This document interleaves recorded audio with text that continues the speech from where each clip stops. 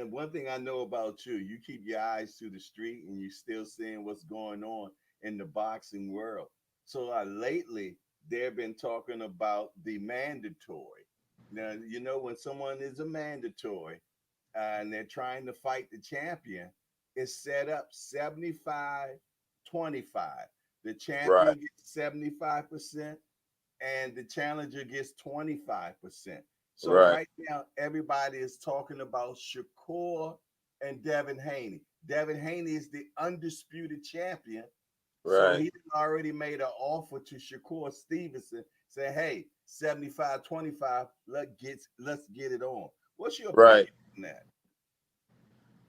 Well, I mean, it is the fair cut, but you're talking about another man who have a lot of stature as well.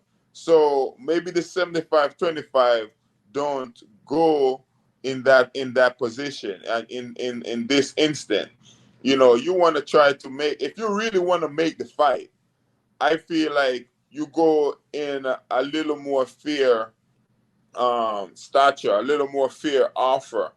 Mhm. Because if you make a 25-75 offer, that's not going to get the deal done, because you're talking to a Mhm. guy who has equal stature, equal of a star as you are. Yes, we all agree you have the belts and everything like that. But at the end of the day, you're talking about somebody, you're not talking about a guy who came up and beat a bunch of small time fighters, and now they have a mandatory, and they're depending on you to get a shot at the title.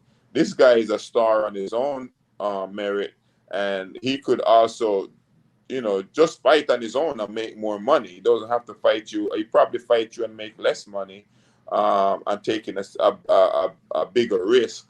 So I think he could make a better offer if he really want to make the fight happen. I think a lot of times when people make certain offers, that just because they don't want to fight, that's the reason why they make those offers.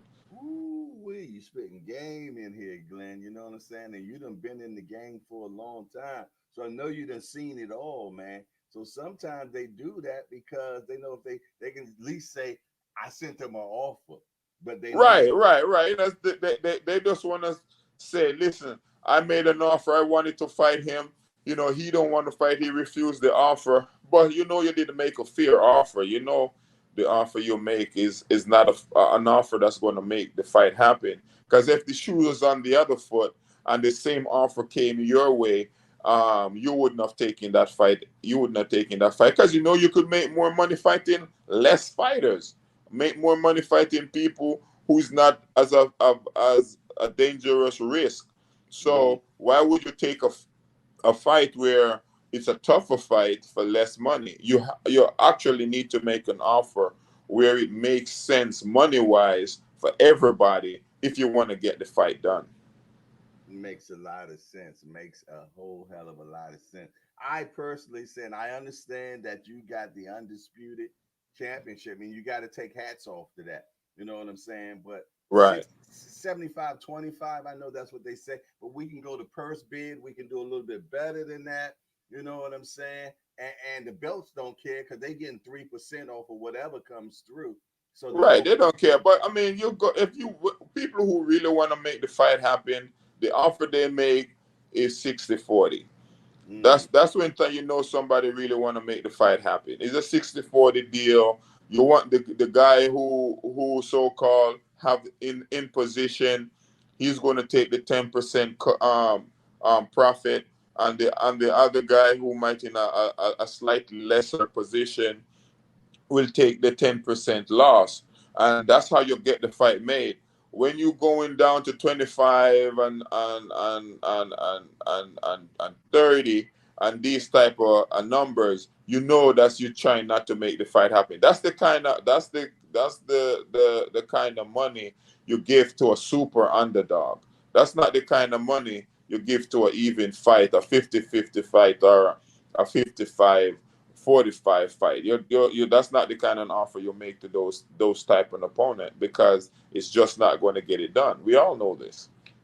Yeah, and you have no race. You don't. You have no horse in the show right now. You know what I'm saying? You're No, just I sitting don't. on. I mean, these are young people, so my era is old people. We're not.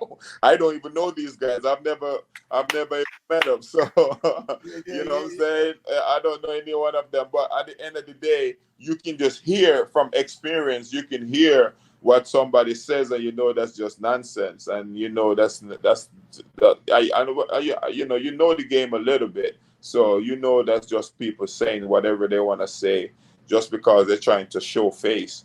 But if you truly want to get it done, you know what get it done. Everybody know what get it done. Everybody knows, huh? Everybody, at least people in the business, know what get it done. I mean, I don't know if regular folk know what get it done, but people in the business know what get it done. From writers, from news persons, from promoters, managers, trainers, boxers, everybody in the business of boxing know what get it done if you really want to get it done. Now we know you probably just want to show face and you can say something that's not going to get it done, and the person's not going to take that kind of offer to get it done. So you throw it out there just to fool the people who don't know. You know Mm, what I mean? mm, mm, mm. Yeah, man, I know exactly what you mean, but I'm glad Yeah. you're putting it out there. You know what I mean? So some casuals that don't understand the game get to realize what's actually going on because it's smoke and mirrors, man. You know what I'm saying? People put stuff out there because they know that you're going to run with it because you're a casual and you put pressure on the other guy. But people that Right. actually know the game, man, know what it actually is, man. Right. Exactly. Exactly. So Yeah. it is what it is, man. I mean, the thing about what's happening. There is maybe one or two real fighters that truly believe in themselves that they can beat anybody, and and those guys are the ones who they're calling out everybody and they're making fear offer to everybody. Now you have the guys then who act like they're wannabes. They act like they this and they that, and they're able to do things and become stars. And they beat up on a couple of guys who they can beat up on, and they got into the spotlight, but then themselves don't have the confidence that they should have based on how their performance is and how because they know what they're beating up on is not the real deal, and they know what the real deal is like. So you know if the game has been around forever, we all know how the game play. But and listen, I'm not telling these guys that go out there and blow your opportunity to to be a cash cow.